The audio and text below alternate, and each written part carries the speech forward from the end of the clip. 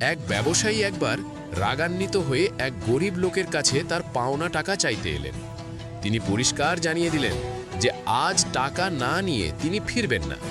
নিরুপায় হয়ে গরিব লোকটি তার আদরের কুকুরটিকে ব্যবসায়ীর কাছে বন্ধক হিসাবে রাখার প্রস্তাব দিলেন এবং বললেন, যখন আমার ঋণ শোধ হয়ে যাবে তখন আমি একে ফিরিয়ে নিয়ে আসব।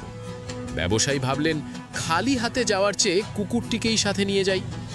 সেই রাতেই ব্যবসায়ীর বাড়িতে একদল চোর ঢুকল। তারা যখন দামি মালামাল চুরি করার প্রস্তুতি নিচ্ছিল তখন কুকুরটি উচ্চস্বরে ডাকতে শুরু করল। কুকুরের ডাক শুনে ব্যবসায়ী জেগে উঠলেন এবং চোরেরা ভয়ে পালিয়ে গেল। ব্যবসায়ী মুগ্ধ হয়ে কুকুরটির দিকে তাকালেন এবং বললেন, তুমি আমার জান ও মাল বাঁচিয়ে নিজের ঋণের বোঝা শোধ করে দিয়েছ।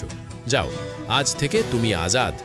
কুকুরটি অত্যন্ত আনন্দের সাথে দৌড়ে তার আসল মালিকের, সেই গরিব লোকটির কাছে ফিরে গেল।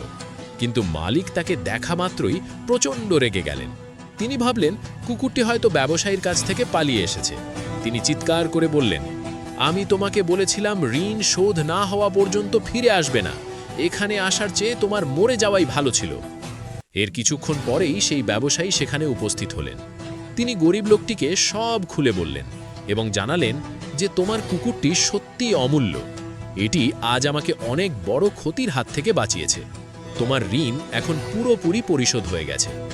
ব্যবসায়ীর কথা শুনে গরিব লোকটি খুশিতে আত্মহারা হয়ে কুকুরের কাছে গেলেন। কিন্তু ততক্ষণে অনেক দেরি হয়ে গেছে। নিজের মালিকের সেই কঠোর কথাগুলো কুকুরটি সহ্য করতে পারেনি। তার চোখে পানি ছিল এবং সে মারা গিয়েছিল। শিক্ষা: না জেনে বা না বুঝে রাগের মাথায় কোনো সিদ্ধান্ত নেওয়া বা কাউকে কটু কথা বলা উচিত নয়। অনেক সময় সত্য আমাদের ধারণার চেয়েও অনেক বেশি আবেগঘন হয়। আল্লাহকে ভালোবাসেন? তাহলে like, share, comment, follow, subscribe করুন।